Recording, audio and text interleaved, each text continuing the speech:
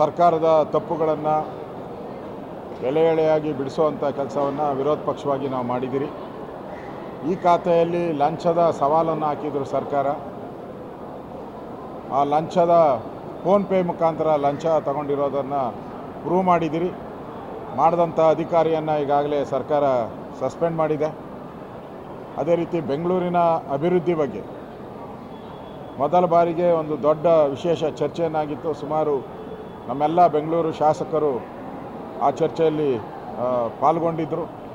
ಅದೇ ರೀತಿ ಬಡ್ಜೆಟಲ್ಲಿ ರಾಜ್ಯ ಸರ್ಕಾರ ಮಾಡಿರ್ತಕ್ಕಂಥ ಸಿದ್ದರಾಮಯ್ಯನವರ ಬಡ್ಜೆಟ್ ಸಾಲದ ಕೂಪದಲ್ಲಿ ಇಡೀ ರಾಜ್ಯದ ಜನತೆ ಮೇಲೆ ಸಾಲದ ಹೊರೆಯನ್ನು ಏರಿಸಿರೋದ್ರ ಬಗ್ಗೆ ಸರ್ಕಾರ ಮಾಡಿರೋ ತಪ್ಪುಗಳನ್ನು ಎಳೆ ಎಳೆಯಾಗಿ ಬಿಡಿಸಿದ್ದೀರಿ. ನಾವು ಕೂಡ ಸರ್ಕಾರ ತಪ್ಪುಗಳು ಒಪ್ಕೊಳ್ಳೋ ರೀತಿ ನಮ್ಮ ಹೋರಾಟ ವಿಧಾನಸಭೆಯಲ್ಲಿ ಈ ಅಧಿವೇಶನದಲ್ಲಿ ಭಾಳ ಯಶಸ್ವಿಯಾಗಿದೆ.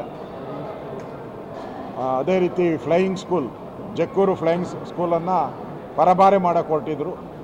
ಅದನ್ನು ಕೂಡ ನನ್ನ ಹೋರಾಟ BJPಯ ಹೋರಾಟದ ಫಲವಾಗಿ ಇವತ್ತು ಫ್ಲೈಯಿಂಗ್ ಸ್ಕೂಲು ಸಹ ಉಳಿದಿದೆ.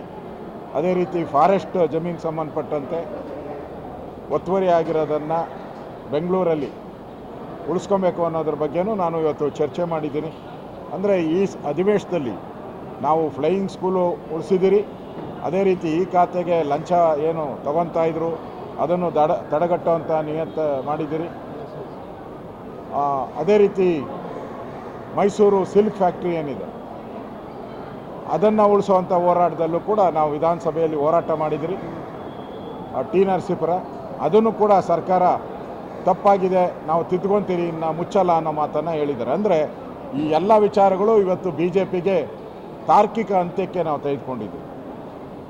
ಈ ಅಧಿವೇಶನದಲ್ಲಿ ಏನೇನು ವಿಚಾರ ಚರ್ಚೆ ಮಾಡಿದಿರೋ ಎಲ್ಲವನ್ನು ತಾರ್ಕಿಕ ಅಂತ್ಯಕ್ಕೆ ತೆಗೆದುಕೊಂಡೋಗಿ ಸರ್ಕಾರವನ್ನು ಇಕ್ಕಟ್ಟಿಗೆ ಸಿಕ್ಕಿಸುವಂಥ ಕೆಲಸವನ್ನು ಮಾಡಿದ್ದೀರಿ. ಸರ್ಕಾರಕ್ಕೆ ಎಲ್ಲೆಲ್ಲಿ ಕಿವಿ ಹಿಂಡಬೇಕೋ ಆ ಕಿವಿ ಹಿಂಡೋ ಕೆಲಸವನ್ನು ಮಾಡಿ ಸರ್ಕಾರ ಮಾಡ್ತಾ ಇರೋವಂಥ ಜನಗಳಿಗೆ ಮಾಡ್ತಾ ಇರೋ ದ್ರೋಹವನ್ನು ಜನಗಳ ಮುಂದೆ ಇಡುವಂಥ ಕೆಲಸವನ್ನು ವಿರೋಧ ಪಕ್ಷ ನಾವು ಮಾಡಿದ್ದೀರಿ. ಅದೇ ರೀತಿ ಬಡ್ಜೆಟ್ಟು ಸಾಲ ಸಾಲ ಸಾಲ ಸಾಲ ಪ್ರತಿ ವರ್ಷವೂ ಕೂಡ ಸಾಲ ಮಾಡಿದ್ದಾರೆ. ಈ ವರ್ಷವೂ ಕೂಡ 1,32,00,000 ಸಾಲ ಮಾಡಿದ್ದಾರೆ. ಮುಂದಿನ ವರ್ಷವೂ ಕೂಡ 1.5 ಕೋಟಿ ಸಾಲ ಮಾಡ್ತಾರೆ. ಅಂದರೆ ಈ ಸರ್ಕಾರ ಸಾಲ ಮಾಡೋದರಲ್ಲಿ ನಿಸ್ಸೀಮರು, ಅಭಿವೃದ್ಧಿ ಮಾಡೋದಲ್ಲಿ ಶೂನ್ಯ ಅನ್ನೋದನ್ನು ಸ್ಪಷ್ಟವಾಗಿ ವಿಧಾನಸಭೆಯಲ್ಲಿ ಪ್ರತಿಪಾದನೆಯನ್ನು ಮಾಡಿದೆ.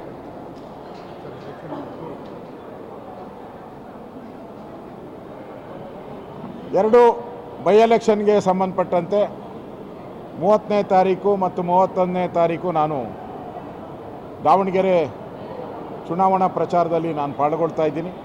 ಅದೇ ರೀತಿ 1 ಮತ್ತು 2ನೇ ತಾರೀಕು ಬಾಗಲಕೋಟೆ ಜಿಲ್ಲೆಯಲ್ಲಿ ನನ್ನ ಪ್ರಚಾರವನ್ನು ನಾನು ನಮ್ಮ ಎಲ್ಲ ಮುಖಂಡರು ನಾವು ಮಾಡ್ತಾ ಇದ್ದೀರಿ.